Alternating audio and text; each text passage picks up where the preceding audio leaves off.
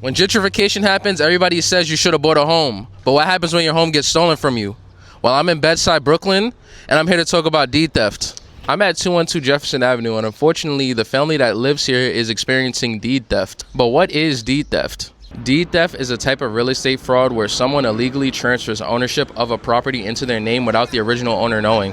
Deed theft typically happens by targeting vulnerable properties such as homes owned outright, meaning they don't have a mortgage, vacant properties or second homes, and elderly owners, especially elderly owners, because they're usually not on top of their paperwork. They also sometimes forge documents, or sometimes they file documents to the city saying they own the property. After owning your property, they might sell the house to an unsuspecting buyer, or they might actually take out loans using your property as collateral, or they could even rent it out and collect money on your property. The craziest part about deed theft is that you might not even know that your house actually was a victim of deed theft until months later when the police show up and they tell you have to leave the property. Hi, my name is Carmela Charrington. I live at 212 Jefferson. My name is Ray Cortez. My father's a victim of deed theft at 91 St. Mark's Place. 200 Jefferson Avenue Block Association president.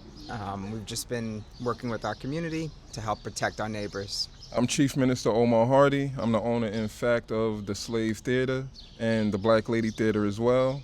The Slave Theater was knocked down unlawfully and stolen from my family and the community by way of deed theft, and as well as the Black Lady Theater, stolen as well and away from my family and the community.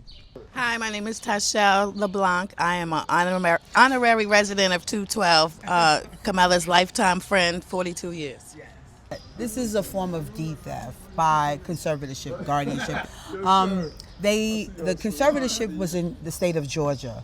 Georgia signed off with these shell developers and signed off and said that the property was for sale.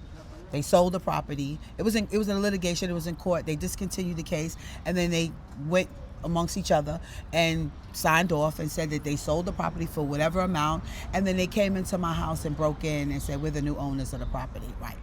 Wow. And then that's when the series of stuff have started, was saying, no, this is a deed theft case. As a Bed-Stuy native, I stand with 212 Jefferson Avenue, and I want to keep people in Bed-Stuy, so I want their story to be told.